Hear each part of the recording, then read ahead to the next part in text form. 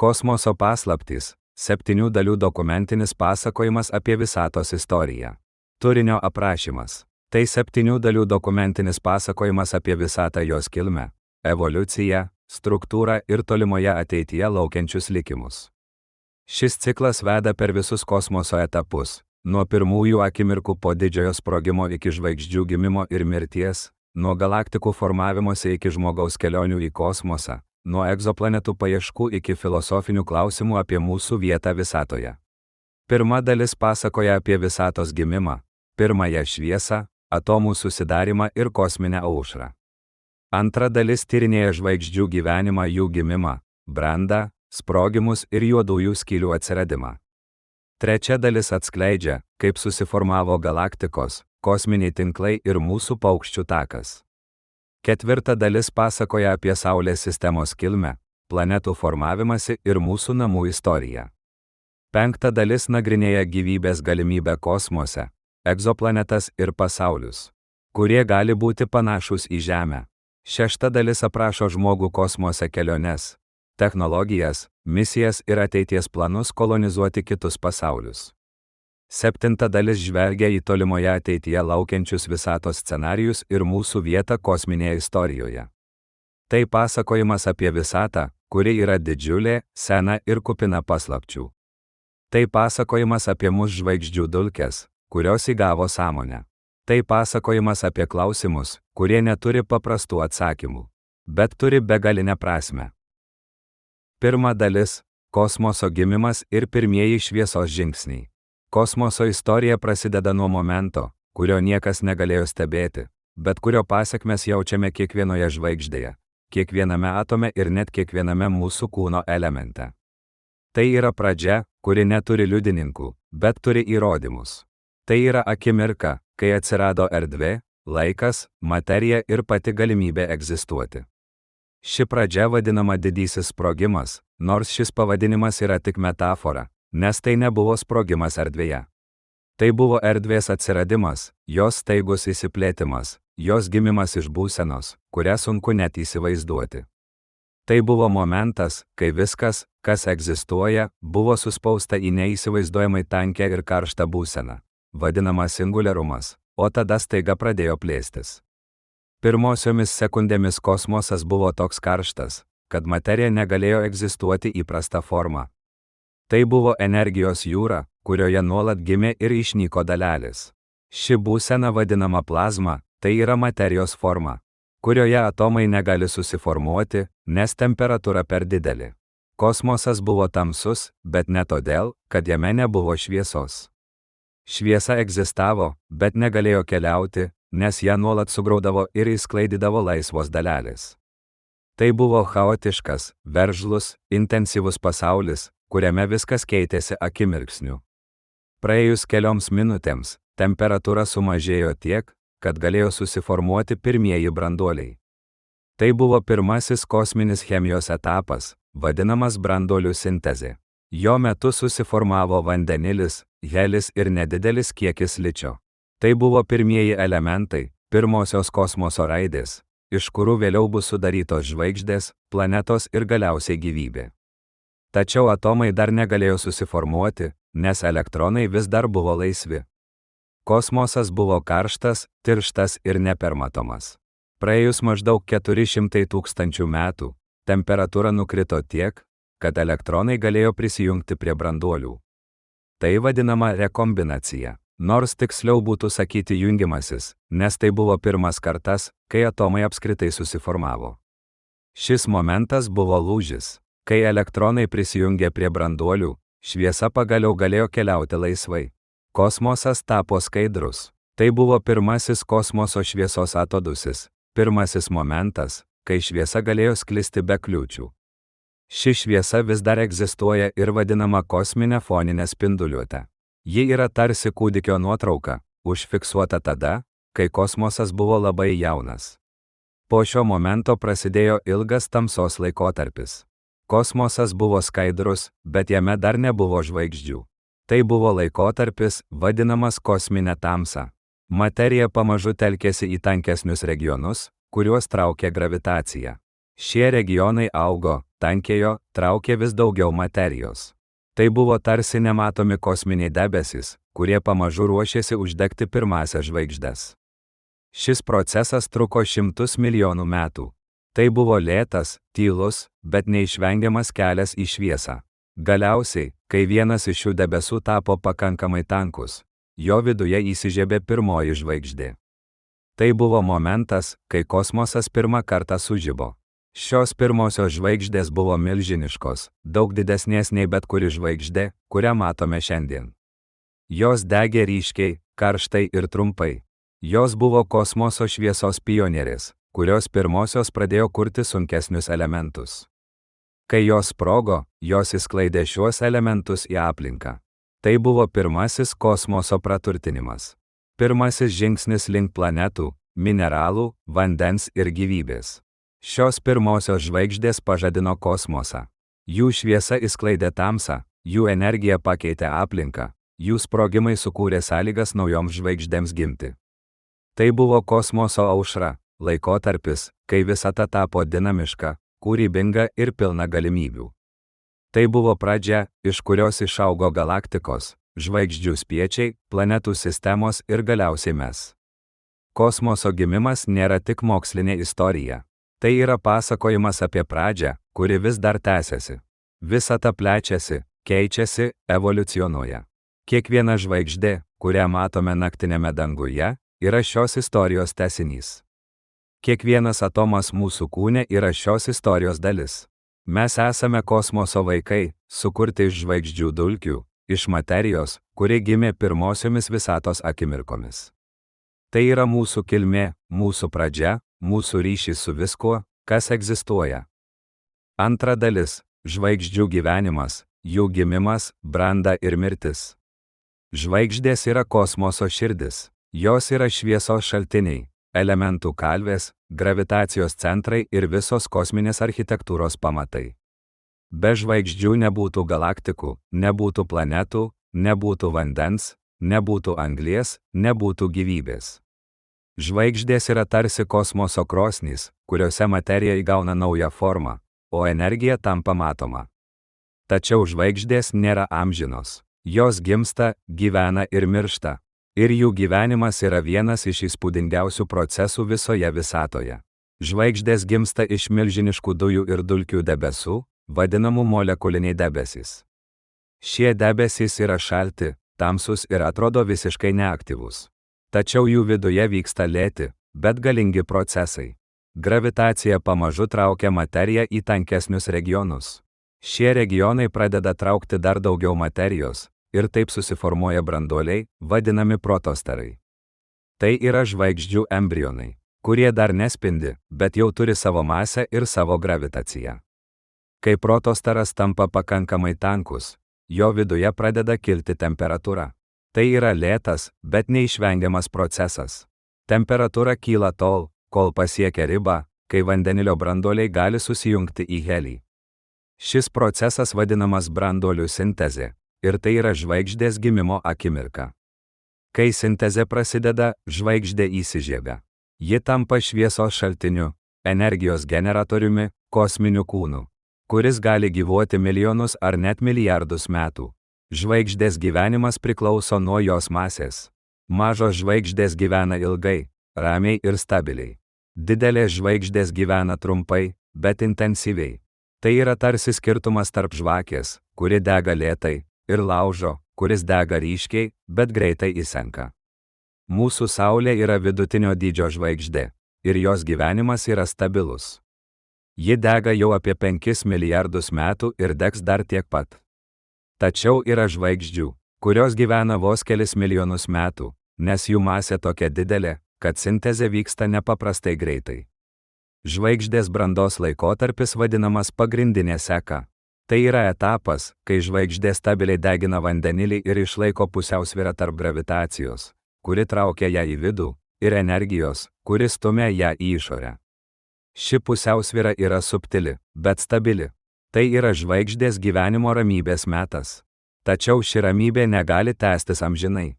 Kai vandenilis žvaigždės branduolyje baigėsi, pusiausvyra sutrinka, Branduolys pradeda trauktis, o išoriniai sluoksniai plečiasi.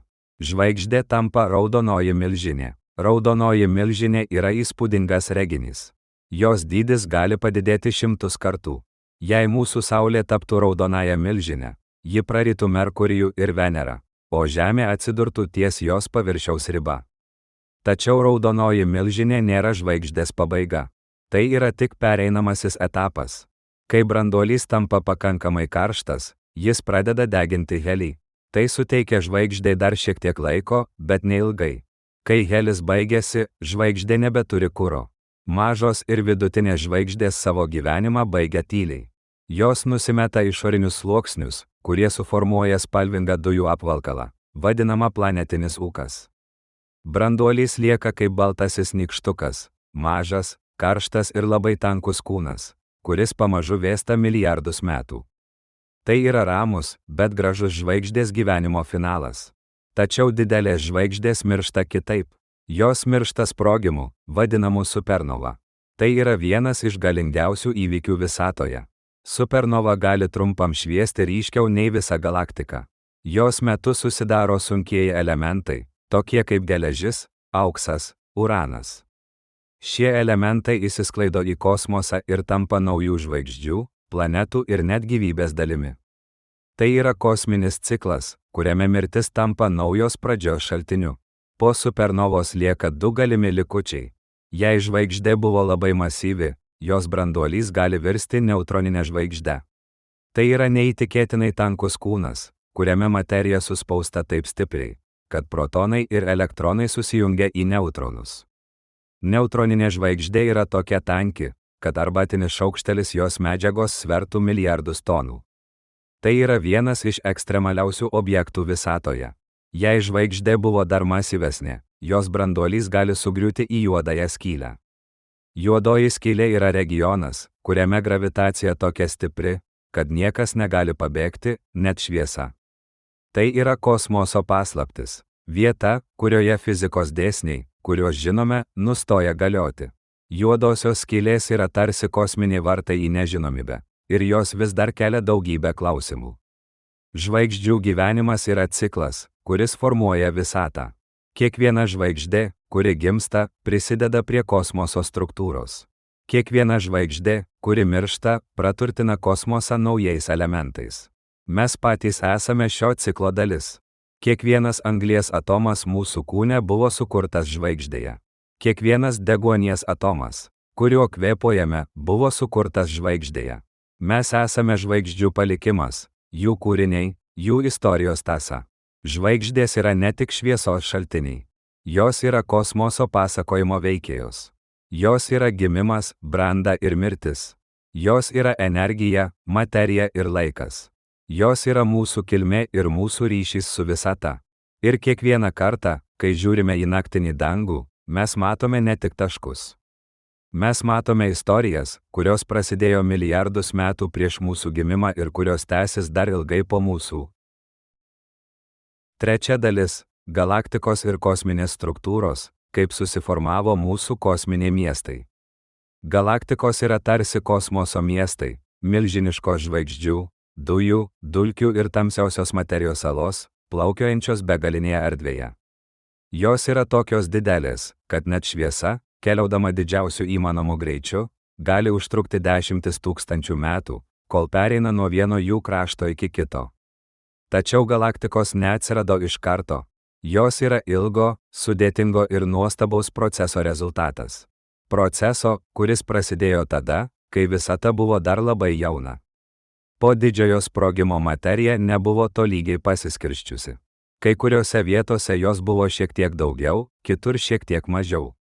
Šie mažyčiai tankios skirtumai, vos didesni nei nulis, tapo sėklomis, iš kurių išaugo visos kosminės struktūros. Gravitacija traukė materiją į tankesnius regionus, ir šie regionai pamažu augo. Tai buvo lėtas, bet neišvengiamas procesas. Materija telkėsi, jungėsi, formavo vis didesnius darinius. Tai buvo pirmieji kosminiai mazgai, pirmosios struktūros, kurios vėliau taps galaktikomis. Tačiau galaktikų formavimasis nebūtų įmanomas be tamsiosios materijos. Tamsioji materija yra paslaptinga substancija, kuri neskleidžia šviesos ir nesaveikauja su ja. Mes jos nematome, bet jaučiame jos gravitaciją. Tamsioji materija sudaro didžiąją dalį visos materijos visatoje. Ji yra tarsi nematomas karkasas, ant kurio lipdosi galaktikos. Be tamsiosios materijos gravitacijos galaktikos tiesiog neįsilaikytų. Jos išsisklaidytų, nes žvaigždžių masės nepakanka, kad išlaikytų tokias milžiniškas struktūras. Kai tamsiosios materijos telkiniai susiformavo, į juos pradėjo kristi dujos. Šios dujos vėso, tankėjo ir galiausiai formavo žvaigždes. Taip gimė pirmosios galaktikos. Jos buvo mažos, netvarkingos, chaotiškos. Tai buvo tarsi kosminiai kaimai, dar tik pradedantis augti. Tačiau laikui bėgant šios mažos galaktikos jungėsi, susidurdavo, susiliedavo. Kiekvienas susidūrimas buvo tarsi kosminė statybų aikštelė, kurioje iš dviejų mažų struktūrų gimdavo viena didesnė. Galaktikų susidūrimai nėra tokie smurtiniai, kaip gali atrodyti.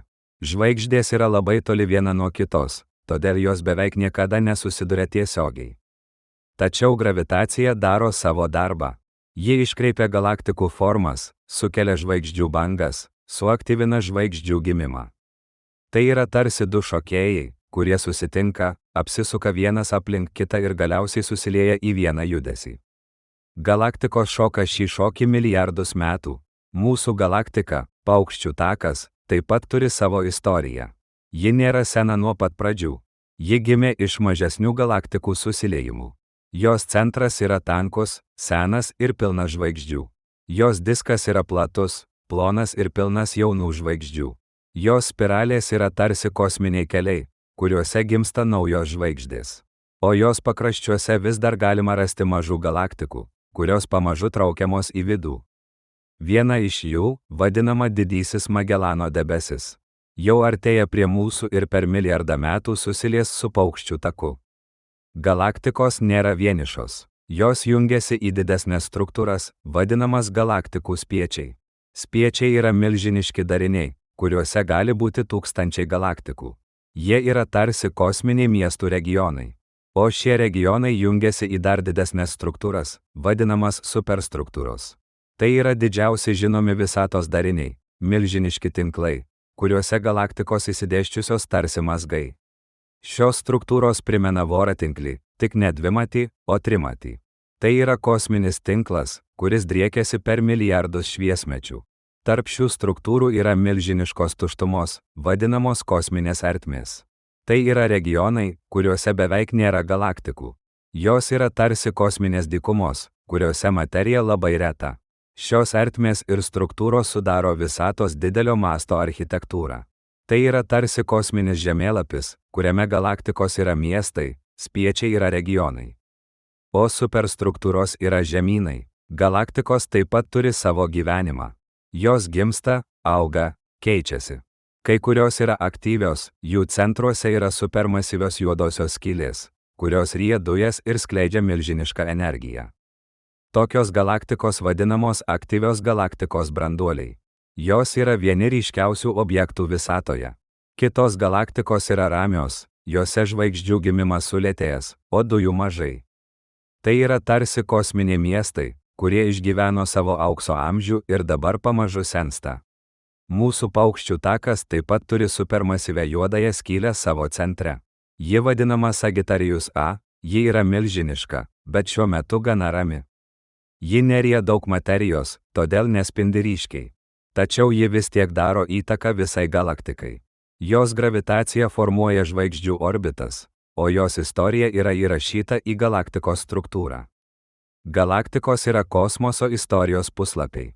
Kiekviena jų turi savo praeitį, savo susidūrimus, savo žvaigždžių kartas. Kiekviena jų yra unikali, bet kartu visos jos laikosi tų pačių fizikos dėsnių. Jos yra tarsi gyvi organizmai, kurie gimsta, auga, keičiasi ir sąveikauja. Jos yra kosmoso architektai, kurie formuoja visatos struktūrą. Kai žiūrime į naktinį dangų, mes matome tik mažą dalį šios didžiulės istorijos. Bet kiekviena žvaigždė, kurią matome, yra Paukščių tako dalis. Kiekviena jų yra vieno iš spiralinių rankų gyventoja. Kiekviena jų yra mūsų kosminio miesto šviesa.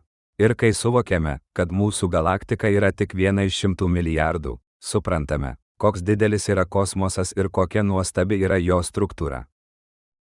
4 dalis – Saulės sistema ir mūsų namų istorija. Saulės sistema yra tarsi kosminė sala, kurioje gimėme, kurioje gyvename ir kurią vis dar tik pradedame suprasti. Jie atrodo pažįstama, nes matome jos dalį kiekvieną dieną, tačiau jos istorija yra tokia pat dramatiška, sudėtinga ir kupina netikėtumų kaip bet kuri kita kosmoso istorija.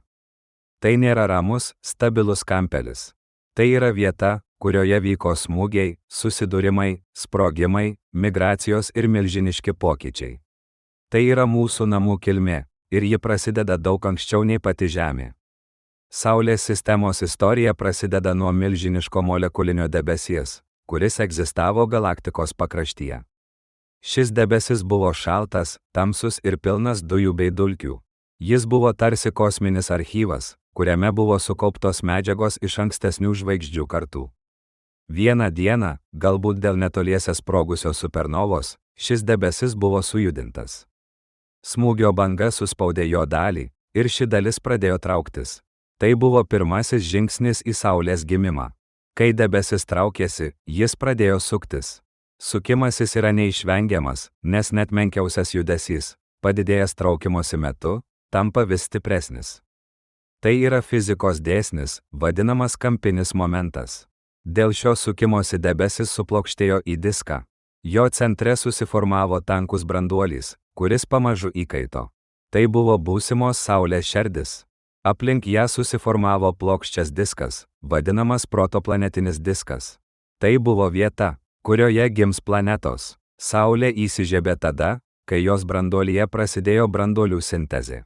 Tai buvo momentas, kai vandenilis pradėjo virsti heliu, išskirdamas milžinišką energiją. Ši energija išsklaidė likusias dujas disko viduje, bet ne visas. Iš likusių dujų ir dulkių pradėjo formuotis planetos. Tai buvo chaotiškas procesas, pilnas susidūrimų, smūgių ir nuolatinio augimo. Maži dulkių grūdeliai jungėsi į didesnius, tie didesni jungėsi į dar didesnius. Kol galiausiai susiformavo planetų užuomazgos, vadinamos planetesimalai. Vidinėje disko dalyje, kur buvo karšta, galėjo susiformuoti tik uolinės planetos. Tai yra Merkurijus, Venera, Žemė ir Marsas. Čia buvo per karšta, kad vanduo ar dujos galėtų išlikti. Todėl šios planetos yra tankios, kietos ir turi metalinius branduolius. Išorinėje disko dalyje, kur buvo šalčiau, galėjo susiformuoti dujiniai milžinai. Tai yra Jupiteris, Saturnas, Uranas ir Neptūnas. Jie susiformavo iš ledo, dujų ir dulkių, o jų masė buvo tokia didelė, kad jie galėjo pritraukti milžiniškus dujų kiekius. Tačiau Saulės sistema nebuvo stabili nuo pat pradžių. Yra teorija, vadinama Nika modelis, kuri teigia, kad dujiniai milžinai migravo.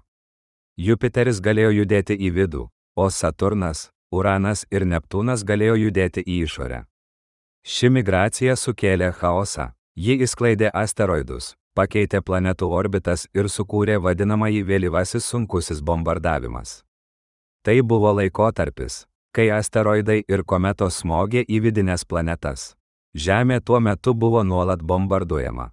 Šie smūgiai galėjo atnešti vandenį, organinės molekulės ir netgi sukurti sąlygas gyvybei. Žemė susiformavo iš uolienų, metalo ir dulkių. Jos branduolys yra geležinis, o mantija sudaryta iš silikatų. Tačiau Žemė nebuvo vieniša. Ankstyvuoju laikotarpiu į ją atsitrenkė didžiulis kūnas, maždaug Marso dydžio. Šis kūnas vadinamas Teja. Smūgis buvo toks stiprus, kad iš Žemės įsviestos medžiagos susijungė į Mėnulį. Tai yra viena iš labiausiai pripažintų teorijų. Mėnulis yra tarsi Žemės dvynys, suformuotas iš tos pačios medžiagos, tik kitokiu būdu. Jo buvimas stabilizuoja Žemės ašies posvyrį, o tai yra viena iš priežasčių, kodėl mūsų klimatas yra stabilus. Marsas yra tarsi nepavykusi Žemė. Jis buvo šiltesnis, drėgnesnis ir galėjo turėti vandenynų. Tačiau jo masė per maža, kad išlaikytų atmosferą. Todėl jis pamažu išdžiuvo ir tapo šaltas. Venera yra tarsi Žemės šešėlis. Ji panašaus dydžio, bet jos atmosfera yra tiršta, karšta ir nuodinga. Joje vyksta šiltnamio efektas, kuris pakėlė paviršiaus temperatūrą iki tokio lygio, kad švinas ten tirptų. Tai yra pavyzdys, kaip panašios planetos gali turėti visiškai skirtingus likimus. Asteroidų juosta tarp Marso ir Jupiterio yra tarsi kosminė statybų aikštelė, kurioje planetos niekada nesusiformavo. Jupiterio gravitacija trukdė medžiagai susijungti. Todėl ten liko tūkstančiai mažų kūnų. Kometos, kurios atkeliauja iš tolimų regionų, vadinamų Kuiperio juosta ir Oorto debesis, yra tarsi kosminiai archyvai. Jos išsaugojo medžiagą iš ankstyvosios Saulės sistemos. Kai jos priartėja prie Saulės, jų ledas garuoja ir sukuria uodegas, kurios yra vieni gražiausių reginių danguje. Saulės sistema yra dinamiška. Planetos juda, asteroidai kerta orbitas, kometos grįžta po šimtmečių. Tačiau ši dinamika yra tvarkinga. Tai yra tarsi milžiniškas kosminis šokis, kuriame kiekvienas kūnas turi savo trajektoriją. Šis šokis tęsiasi milijardus metų, ir mes esame jo dalis. Žemė sukasi aplink Saulę, Mėnulis sukasi aplink Žemę, o mes gyvename ant šio mažo, bet ypatingo pasaulio. Saulės sistema yra mūsų namai, bet ji yra tik viena iš milijardų sistemų galaktikoje. Tačiau ji yra ypatinga mums, nes ji suteikia sąlygas gyvybei. Ji suteikia šviesą, šilumą, vandenį ir stabilumą. Ji suteikia galimybę atsirasti mums. Ir kai žiūrime į dangų, mes matome ne tik žvaigždes. Mes matome istoriją, kuri prasidėjo prieš milijardus metų ir kuri vis dar tęsiasi. 5 dalis – gyvybės galimybė kosmose ir pasauliai, kurie gali būti panašūs į mus. Gyvybės klausimas yra vienas iš didžiausių ir seniausių žmonijos klausimų. Jis skamba paprastai, bet jo gylis yra toks didelis, kad apima visą kosmosą. Ar esame vieni, ar gyvybė yra reta, ar ji yra natūrali visatos savybė? Ar ji yra atsitiktinumas, ar neišvengiama pasekmė, kai susitinka tinkamos sąlygos? Šis klausimas veda mus į tolimus pasaulius, į egzoplanetas, į žvaigždes, kurios yra už 100 ar 1000 šviesmečių. Tai yra kelionė, kuri prasideda čia, Žemėje, bet tęsiasi toli už mūsų sistemos ribų. Gyvybė, bent jau tokia, kokią mes suprantame, reikalauja tam tikrų sąlygų. Ji reikalauja skysto vandens, stabilios energijos, tinkamos temperatūros ir cheminių elementų, tokių kaip anglis, deguonis, azotas ir vandenilis. Šios sąlygos nėra labai retos, bet jos nėra ir savaime suprantamos. Planetos turi būti tinkamu atstumu nuo savo žvaigždės. Šis regionas vadinamas gyvenamoji zona. Tai yra atstumas, kuriame vanduo gali būti skystas. Jei planeta per arti, vanduo išgaruoja.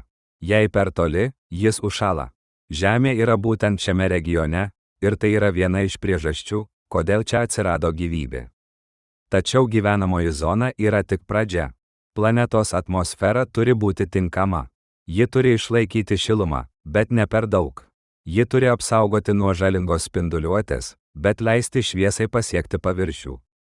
Ji turi turėti tinkamą slėgį, kad vanduo galėtų egzistuoti. Žemės atmosfera yra subtili pusiausvyra, kuri susiformavo per milijardus metų. Tai nėra savaime suprantama. Venera yra panašaus dydžio kaip Žemė, bet jos atmosfera yra tiršta, karšta ir nuodinga.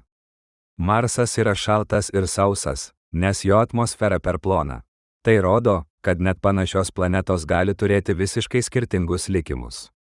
Egzoplanetos yra planetos, kurios skrieja aplink kitas žvaigždes.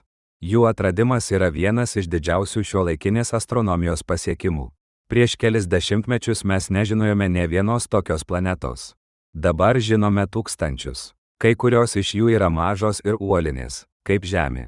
Kai kurios yra milžiniškos ir dujinės, kaip Jupiteris. Kai kurios yra karštos, kai kurios šaltos.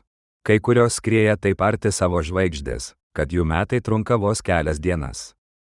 Kitos skrieja taip toli, kad jų metai trunka šimtmečius.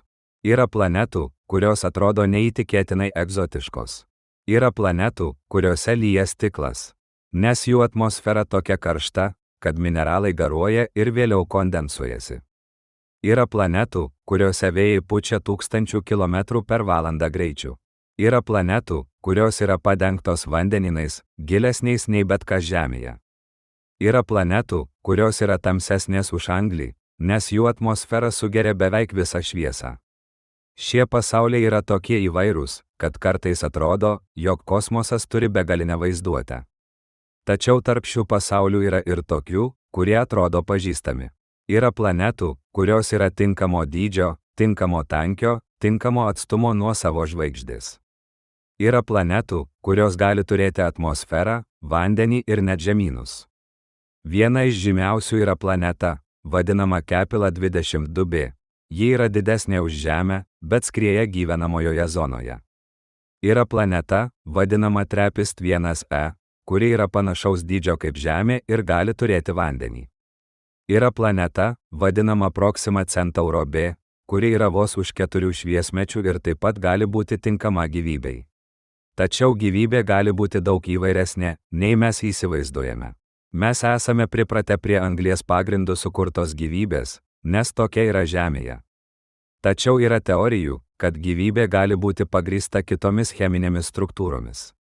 Pavyzdžiui, silicio pagrindu sukurta gyvybė. Silicis yra panašus į anglį, bet jo junginiai yra stabilesni aukštoje temperatūroje. Tai reiškia, kad gyvybė galėtų egzistuoti karštesniuose pasauliuose. Yra teorijų apie gyvybę, kuri egzistuoja skystame metane.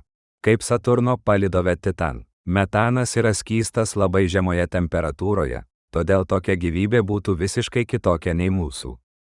Yra ir dar radikalesnių idėjų. Kai kurie mokslininkai mano, kad gyvybė gali egzistuoti net žvaigždžių atmosferose, kaip sudėtingos plazmos struktūros. Kiti mano, kad gyvybė gali būti pagrįsta elektromagnetinėmis struktūromis, kurios neturi fizinio kūno. Tai yra spekulacijos, bet jos rodo, kad gyvybės sąvoka gali būti daug platesnė. Nei mes manome, tačiau net jei gyvybė yra reta, visata yra tokia didelė, kad net maža tikimybė tampa reikšminga. Yra šimtai milijardų galaktikų. Kiekvienoje galaktikoje yra šimtai milijardų žvaigždžių. Kiekviena žvaigždė gali turėti planetų. Net jei tik viena iš milijono planetų yra tinkama gyvybei, tai vis tiek yra neįsivaizduojamas skaičius pasaulių. Tai reiškia, kad tikimybė, jog esame vieni, yra labai maža. Gyvybės paieškos yra ne tik mokslinis projektas. Tai yra filosofinis klausimas. Jis liečia mūsų vietą visatoje. Jei rasime gyvybę kitur, net paprasčiausią bakteriją, tai pakeis mūsų supratimą apie gyvenimą. Tai parodys, kad gyvybė nėra unikali Žemei. Tai parodys, kad visata yra pilna galimybių. O jei rasime protingą gyvybę, tai bus didžiausias atradimas žmonijos istorijoje. Tačiau net jei dar neradome gyvybės, mes jau žinome, kad sąlygos jai egzistuoti yra plačiai paplitusios. Mes žinome, kad vanduo yra visur. Mes žinome, kad organinės molekulės yra visur. Mes žinome, kad planetos yra visur.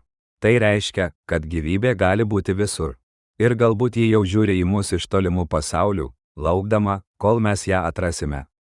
6 dalis – žmogus kosmose, kelionės, technologijos ir ateities misijos. Žmogaus kelionė į kosmosą yra viena iš drąsiausių istorijų, kurias kada nors sukūrė mūsų rūšis. Tai yra istorija apie smalsumą, apie norą peržengti ribas, apie troškimą suprasti, kas slypi už horizonto. Tai yra istorija, kuri prasidėjo ne raketomis, o žvilgsniu į dangų. Tūkstančius metų žmonės stebėjo žvaigždes, sekė jų judėjimą, kūrė kalendorius, mitus ir teorijas. Tačiau tik visai neseniai mes išdrįsome pakilti nuo Žemės paviršiaus ir žengti į tikrąją kosmoso erdvę. Pirmieji žingsniai buvo nedrąsūs, bet revoliuciniai. Kai pirmasis žmogus pakilo į kosmosą, tai buvo ne tik technologinis pasiekimas. Tai buvo simbolinis momentas, kai žmonija pirmą kartą paliko savo gimtąją planetą. Tai buvo tarsi kūdikio žingsnis, bet kartu tai buvo žingsnis, kuris pakeitė viską. Nuo to momento mes supratome, kad kosmosas nėra nepasiekiamas. Jis yra pavojingas, sudėtingas, bet pasiekiamas. Kosmoso kelionės yra sudėtingos dėl daugybės priežasčių. Pirmiausia, kosmosas yra tuštuma. Jame nėra oro, nėra slėgio, nėra apsaugos nuo radiacijos. Žmogaus kūnas nėra sukurtas tokioms sąlygoms. Todėl kosminiai laivai turi būti tarsi dirbtinės planetos, kurios suteikia orą, šilumą, slėgį ir apsaugą. Tai yra sudėtinga inžinerija, kuriai reikia tikslumo, patikimumo ir atsparumo. Kiekviena klaida gali būti lemtinga. Tačiau žmogus yra atkaklus. Mes sukūrėme raketas, kurios gali įveikti Žemės gravitaciją. Mes sukūrėme kapsules, kurios gali išlaikyti gyvybę kosmose. Mes sukūrėme kosminės stotis, kurios skrieja aplink Žemę ir tampa ilgalaikiais namais astronautams. Tarptautinė kosminė stotis yra vienas iš didžiausių žmonijos bendradarbiavimo projektų. Ji yra tarsi laboratorija orbitoje, kurioje mokslininkai tyria mikrogravitacijos poveikį biologijai, chemijai, fizikai ir net žmogaus psichologijai.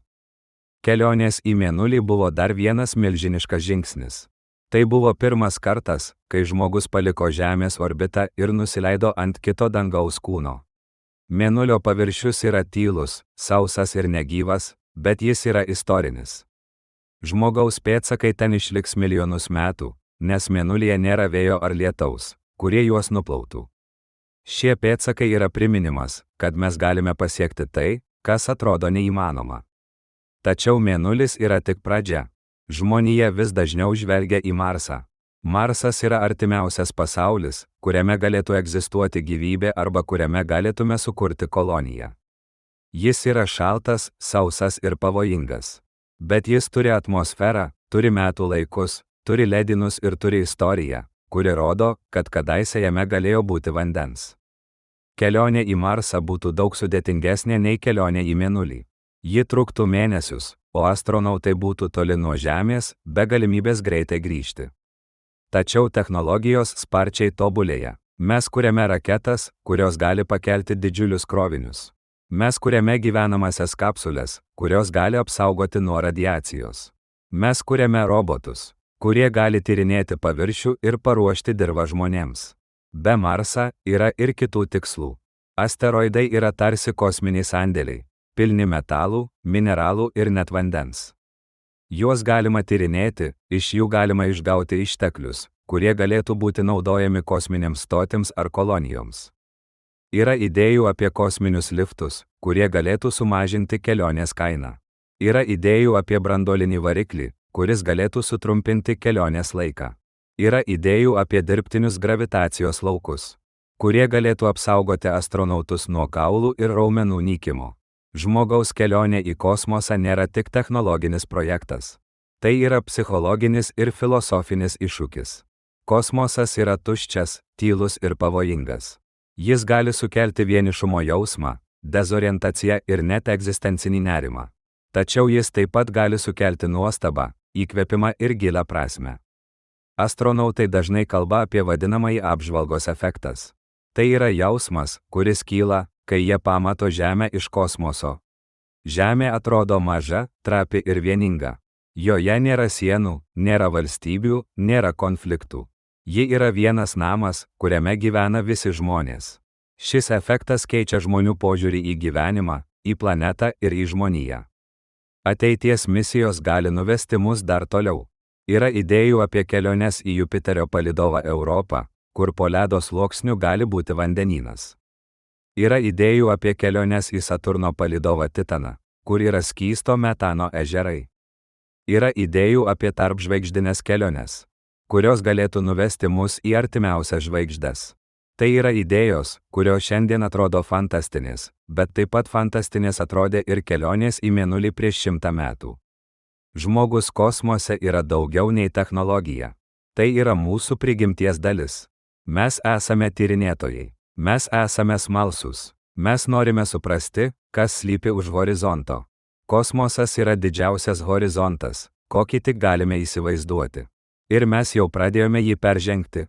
7 dalis – tolimoji ateitis, visatos likimas ir mūsų vieta kosminėje istorijoje. Visata yra didžiulė, sena ir nuolat besikeičianti. Ji turi savo pradžią, savo dabartį ir savo ateitį. Mes gyvename tik mažame jos istorijos fragmente, tarsi viename kadre iš begalinio filmo. Tačiau net jei mūsų gyvenimai yra trumpi, mes vis tiek esame šios istorijos dalis. Mes esame jos liudininkai, jos tyrinėtojai, jos pasakotojai. Ir kai žvelgiame į ateitį, mes matome ne tik mokslą. Mes matome filosofiją, prasmę ir klausimus, kurie yra tokie seni kaip pati žmonija. Visatos ateitis prasideda nuo dabarties. Šiandien žinome, kad visata plečiasi. Tai reiškia, kad galaktikos tolsta viena nuo kitos. Kuo toliau jos yra, tuo greičiau tolsta. Tai yra tarsi kosminis audinys, kuris nuolat tempiasi. Šį tempimą sukelia paslaptinga jėga, vadinama tamsioji energija. Mes nežinome, kas tai yra. Mes tik žinome, kad jis sudaro didžiąją dalį visatos energijos ir kad jis stumia erdvę plėstis vis greičiau. Tai yra vienas iš didžiausių šiuolaikinės fizikos klausimų. Jei tamsioji energija išliks tokia pati, visata plėsis amžinai.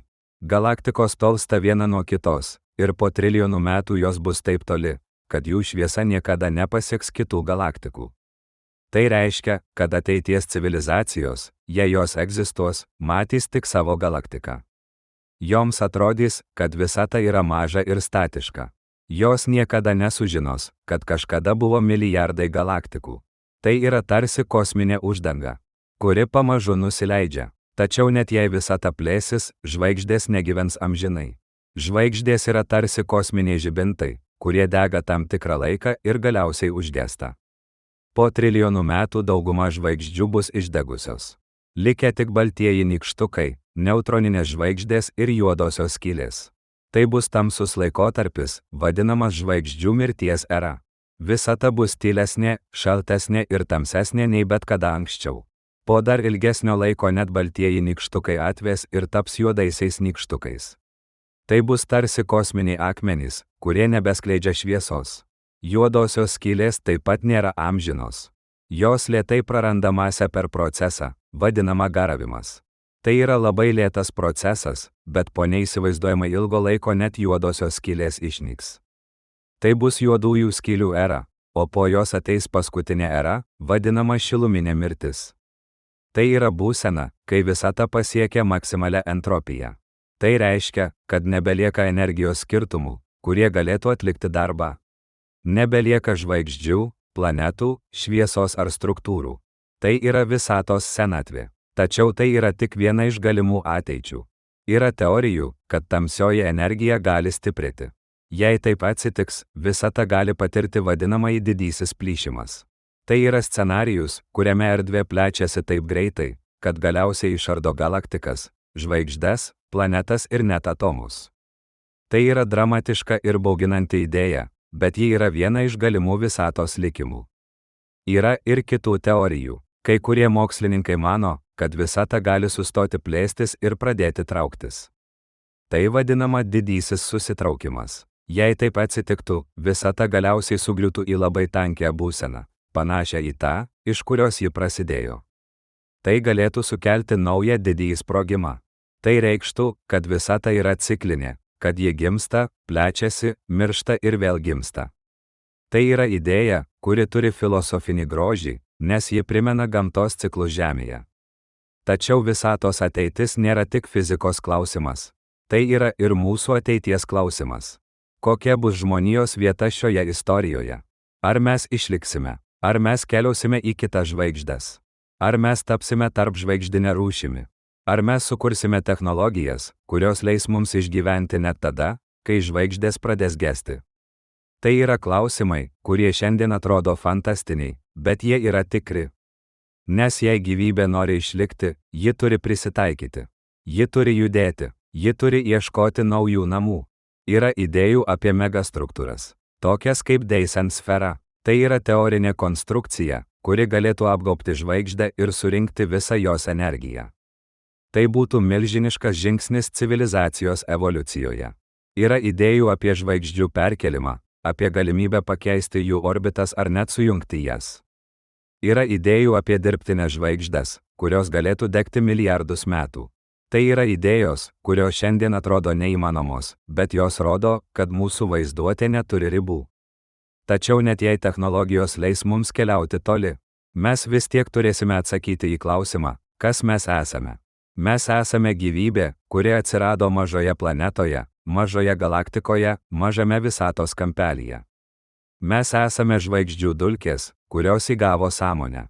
Mes esame visatos būdas pažinti save. Tai yra viena iš gražiausių idėjų, kurią kada nors sukūrė mokslas ir filosofija. Mes esame visatos akis, kuri žiūri į dangų ir klausia, iš kur atėjome ir kur einame. Visatos ateitis gali būti tamsi, bet tai nereiškia, kad ji yra beprasmė. Prasmė yra tai, ką mes sukuriame. Ji yra mūsų veiksmuose, mūsų žingeidume, mūsų noruose suprasti. Mes esame trumpalaikiai, bet mūsų klausimai yra amžini. Mes esame maži, bet mūsų mintys gali apimti visą kosmosą. Mes esame laikini, bet mūsų istorija yra dalis kažko daug didesnio. Ir kai žiūrime į naktinį dangų, mes matome ne tik žvaigždes. Mes matome praeitį, dabartį ir ateitį. Mes matome visatą, kuri gimė iš šviesos, kuri keičiasi ir kuri vieną dieną nurims. Bet kol ji gyva, mes taip pat esame gyvi. Kol ji plečiasi, mes plečiame savo žinias. Kol ji egzistuoja, mes galime klausti, tyrinėti ir kurti. Tai yra mūsų vieta kosminėje istorijoje. Mes esame jos dalis. Mes esame jos balsas. Mes esame jos pasakotojai.